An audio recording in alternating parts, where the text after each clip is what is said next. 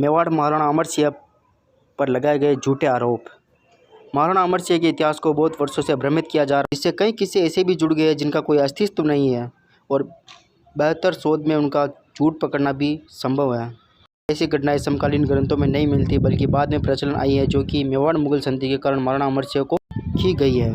ऐसी ही घटना एक जिसके अनुसार जब महाराणा प्रताप अपने जीवन के अंतिम पड़ाव पर थे और शैया पर लेटे हुए थे, तब उनके प्राण आसानी से नहीं जा रहे थे। इसलिए मसलूम्बर रावत जेत से चुंडावत ने पूछा कि आपके प्राण शांति के साथ इस शरीर को क्यों नहीं छोड़ते।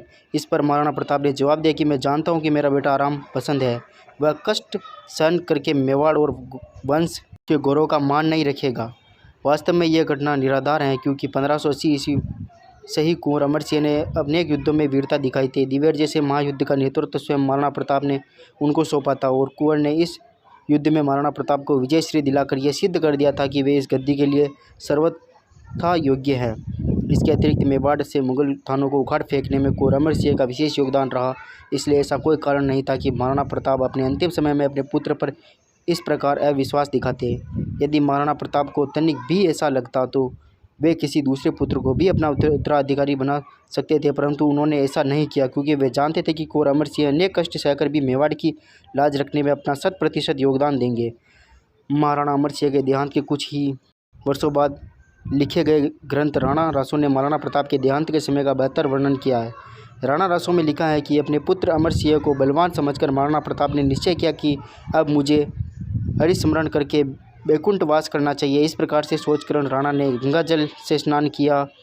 राणा रासो में आगे लिखा है कि तदंतर महाराणा प्रताप ने पद्मासन लगाकर भगवान के चरण कमल में अपने मन को लगा दिया। उन्होंने जब प्रकृति की 3 रेखाओं के 3 अष्टायुध का ध्यान किया, तब सजल जलद सदृश्य श्याम रंग जो श्याम सुंदर है उसके दर्शन हुए। दर्शन करके राणा मुग्ध हो गए। फिर उन्होंने प्राणवायु को खींचा। वे मोह को छोड़कर बड़े प्रसन्न हुए। उसी समय उनके प्राण हरिस्मरण करते हुए वहाँ पहुँचे जहाँ परमहंस योगी पहुँचे। अकबर के दरबारी लेखक अबुल फजल ने तो हद कर दी। अबुल फजल ने महाराणा अमर सिंह पर पितृ हत्या का झूठा आरोप लगा दिया। अबुल फजल लिखता है कि राणा कीका की मौत हो गई। ऐसा लगता है कि राणा के शरारती बेटे अमर सिंह ने राणा को खाने में जहर देकर मार डाला।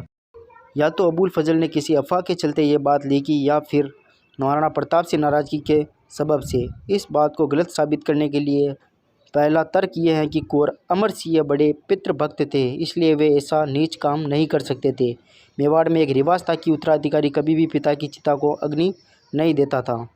महाराणा अमर सिंह मेवाड़ के पहले ऐसे शासक थे जिन्होंने खुद अपने पिता की चिता को अग्नि दी और सदियों से चले आ रहे यह नियम तोड़ा। मेवाड़ महाराणा अमर सिंह पितृभक्ति ही थे।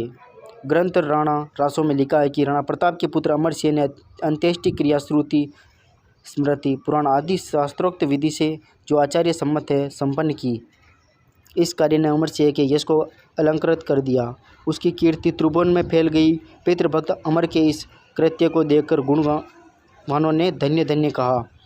दूसरा तर्क यह है कि मेवाड़ महाराणा अमर सिंह ने राजगद्दी पर बैठकर अय्याशी करने के बजाय 18 वर्षों तक जंगलों में रहकर मुगलों से कई युद्ध लड़े। भला मेवाड़ के इस कांटों से भरे राज सिंहासन के लिए कौन अपने पिता को मारकर राज करना चाहेगा। यदि राज सुख की भोगना होता तो बिना संघर्ष के ही अधीनता स्वीकार कर लेते, पर उन्होंने ऐसा नहीं किया। तीसरा तर्क यह है कि मेवाड़ में सामंतों का प्रभाव बहुत अधिक था। उदाहरणार्थ सामंतों ने ही महाराणा कुंभा की हत्या करने वाले उनके पुत्र उदा को राजगद्दी से हटाने के प्रयत्न किए थे। सामंतों के प्रयासों से ही बनवीर को राजगद्दी से हटाना संभव हो सका। सामंतों ने ही जगमाल को राजगद्दी से हटाकर महाराणा प्रताप का राज तिलक किया था। इसलिए यदि अमर सिंह जी ने मेवाड़ महाराणा प्रताप की हत्या की होती तो मेवाड़ के सामंत महाराणा अमर सिंह का साथ देने के बजाय उनको गद्दी से हटाने के प्रयास करते। इस तरह मेवाड़ महाराणा अमर सिंह पर लगे ये झूठे आरोप थे सभी।